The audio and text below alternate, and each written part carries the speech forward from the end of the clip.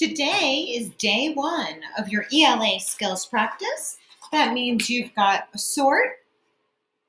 That means you've got a fluency passage. And that means you've got your Sit-in Spelling and Word Skills practice book. The page we're doing today is page 58. And it's got some little piggies at the top. We'll do this in a minute. I just wanted to remind you that if you are a soaring star, you had sort 11, and the name of your fluency passage is Jokes, which is kind of fun because we told jokes on Friday. If you were a forest flyer 1, you had sort 30 and a passage called Ain't I a Woman? If you were forest flyer 2, that was.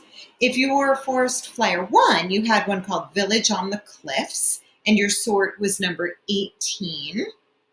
And if you were an awesome avian, yours was this one called Trolleys. And you also had sort 18. For the people who had sort 30 and sort 18, you'll notice that it's only sorted by sounds this week. So you will sort them out by their sounds. So there could be different ways to spell that one sound. So if you were an awesome avian or a forest flyer 1, you met with me this morning to go over that. If you were a soaring star, you met with Miss Katie this morning to go over your sort and the rules around it. Okay? All right. Let's look at page 58 with the little piggies. It says some words are not spelled the way they sound. You know that. We have all kinds of words that play fair and don't play fair and sound the way they are spelled, and some that are not. So they is definitely one of those words that is not spelled the way it sounds. It sounds like A. When we say they, we hear th, A. We hear two sounds. I put a little poem in the agenda for you guys, or in the schedule for you guys. I'm going to read it to you now. It goes like this. There is no A in they. There is no A in they. Just write the, then add Y. It's as easy as huckleberry pie. There is no A in they. There is no A in they. You can do it, don't be shy. You can spell, and so can I. Now pour some milk and eat your pie. Just write the, then add Y. There is no A in they. It's very tempting to write an A when we write they, but it's an EY sounding like A, like that. So on this page, it says write they to begin each sentence. Remember to make it a capital T. Then read the sentences. Watch how a short sentence can stretch into a long sentence.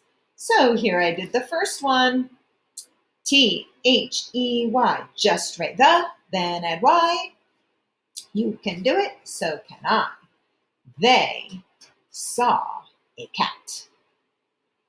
After you read the first sentence, then write they again.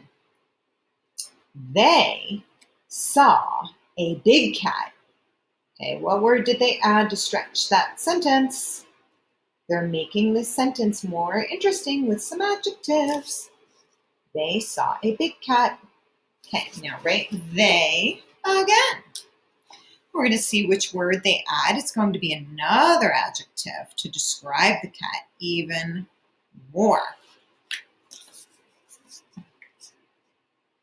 They saw a big orange cat. Now, they're going to add something it was doing, which is actually still an adjective, but okay, we're going to add they. They saw a big orange hissing cat. Hissing goes like that. Whoa, Okay, they're going to add an action or a verb at the end of this. Okay, I'm going to write they. You write it too. And we will read it and we'll figure out what that word at the end is.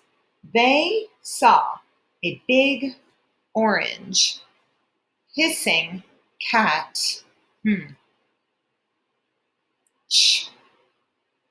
Now, this ing can work just like a magic E because it can reach over the one consonant between the A and the ing. It can reach, so it's going to make that A say A.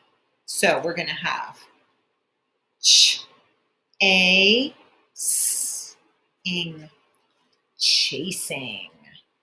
They saw a big orange hissing cat chasing. This sentence is much more interesting than the first one, than they saw cat. And now we're going to do a capital T to start our sentence. We're going to write they again, T-H-E-Y. Saw a big orange hissing cat chasing them. This part is your job. They are out of there because, and you can finish that sentence. Why are they out of there? So go ahead and you can write that part. Please write they with a capital every time and read every sentence and then finish and write your own ending to this.